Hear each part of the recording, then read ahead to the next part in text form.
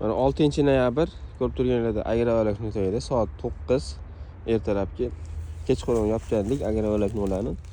30 talikni 2 qavat yopganmiz. Deyarli yaxlamagan, lekin 3 uchini sal aniq qilgan. 3 uchini shunaqa nima qilgan. Baribir sovuq o'tgan. 30 talikni 2 qavat yopib qo'yganimizda baribir sovuq o'tgan. Lekin shuni holisi quyoshda quyosh chiqqandan keyin bu anaqasi yaxshilanib ketadi. Xo'sh.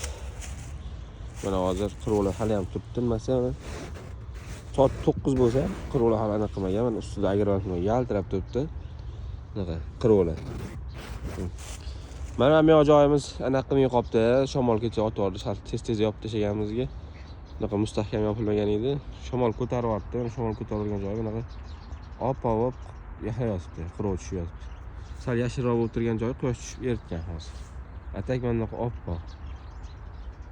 Mana op-op bo'lib bunaqa. Mana ko'rib turibsizlar, mana op-op bo'lib qirov tushyapti. Endi bular ancha shikastlangan. Yashil bo'lib turganlari ham qotib yotibdi shundoq. Qotib yotibdi.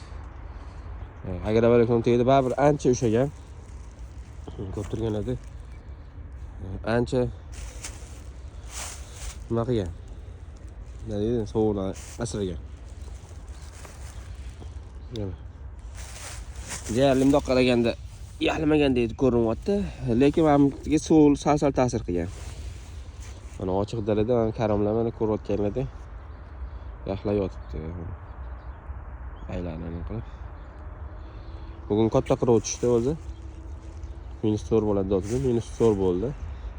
Ertalab qarasam -4 ko'rsatadi. Ba'zi bilan telefonda -6, o'zimnikida ham 6 ko'rsatadi.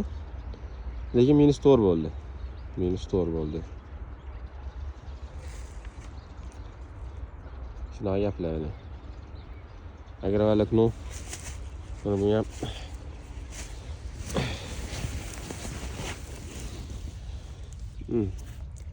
Agrovalak nu deydi bu. Baribir sovuq ta'sir qilgan, ozroq ideal yopilmagan balkim. Yopilgani ham baribir sal o'tgan, sovuq. Lekin bu uncha aniq qilmaydi. Xudo xolisa inshaalloh zarar qilmaydi unchalik. Sal rangiga ta'sir qiladi baribir. Lekin unaqa ochiqda yoki plyonka tegdi bo'lganda unaqa yaxlayotgan bo'lardi. Unaqa qo'yayotgan bo'lardi.